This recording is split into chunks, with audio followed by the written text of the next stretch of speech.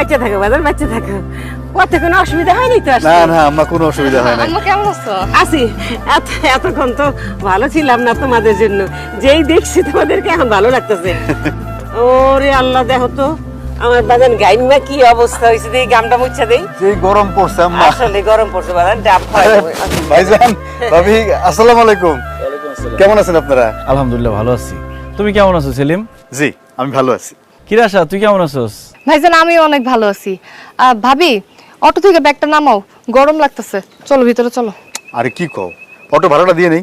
কি কও জামাই, তুমি কেন অটো ভাড়া দিবা? শাহিন, অটো ভাড়াটা দিয়ে দি। আম্মা কি কোন, ভাইজান ভাড়া দিব কেন? আমি দিতেছি। আরে না, তোমার ভাড়া দেওয়া লাগবে না, ভাইজানই ভাড়াটা দিব।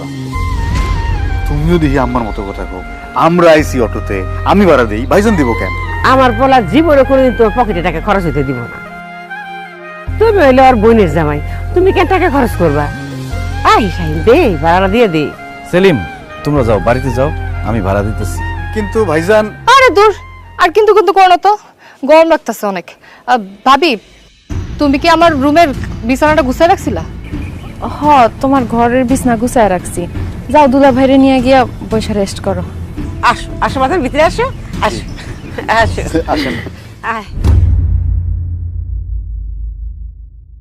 ভাই ভাড়াটা দেন। কত হয়েছে ভাড়া? 500 টাকা। কি বলেন, রসুলপুর থেকে এখানে ভাড়া তো 150 টাকা, আপনি 500 টাকা চান কে? ভাই ঠিকই কইছেন, ভাড়া 150 টাকা। রাস্তায় এসে আপনার বোন জামাই আমার এতে 350 টাকা নিছিল এক প্যাকেট সিগারেট কিনার লাগে, হের কাছে বাংতি ছিল না। এই 350 টাকা সহ 500 টাকা। আন খারাপ আছো কেন? তোমার বনজামের সিগারেটের খরচ দাও তুমি।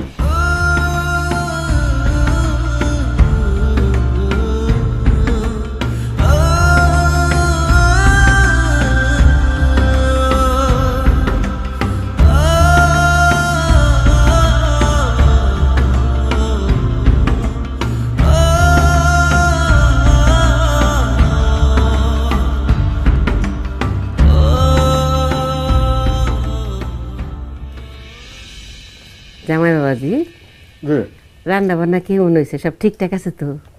জি আম্মা, সব ঠিকঠাক আছে। রান্না বান্না মাশাআল্লাহ খুব ভালো হয়েছে।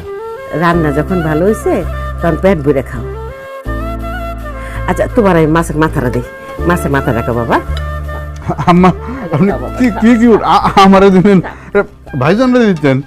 মাছের মাথাটা তুমিই খাও।